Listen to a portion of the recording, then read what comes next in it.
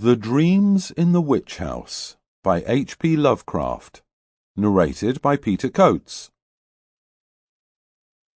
Whether the dreams brought on the fever, or the fever brought on the dreams, Walter Gilman did not know. Behind everything crouched the brooding, festering horror of the ancient town, and of the mouldy, unhallowed garret gable, where he wrote and studied and wrestled with figures and formulae when he was not tossing on the meagre iron bed. His ears were growing sensitive to a preternatural and intolerable degree, and he had long ago stopped the cheap mantel clock, whose ticking had come to seem like a thunder of artillery. At night the subtle stirring of the black city outside, the sinister scurrying of rats in the wormy partitions, and the creaking of hidden timbers in the centuried house were enough to give him a sense of strident pandemonium.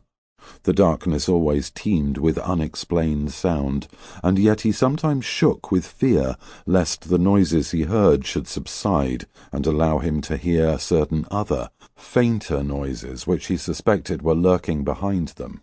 He was in the changeless, legend-haunted city of Arkham, with its clustering gambrel roofs that sway and sag over attics where witches hid from the king's men in the dark olden days of the province. Nor was any spot in that city more steeped in macabre memory than the gable room which harboured him, for it was this house and this room which had likewise harboured old Keziah Mason, whose flight from Salem jail at the last no one was ever able to explain.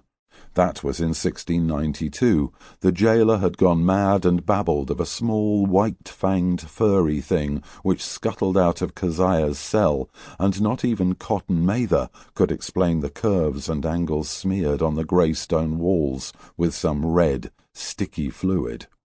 Possibly Gilman ought not to have studied so hard.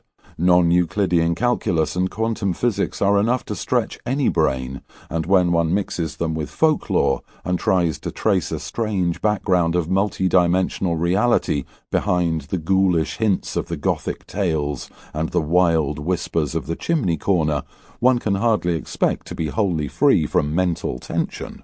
Gilman came from Haverhill, but it was only after he had entered college in Arkham that he began to connect his mathematics with the fantastic legends of elder magic. Something in the air of the hoary town worked obscurely on his imagination. The professors at Miskatonic had urged him to slacken up and had voluntarily cut down his course at several points. Moreover, they had stopped him from consulting the dubious old books on forbidden secrets that were kept under lock. Sample complete. Ready to continue?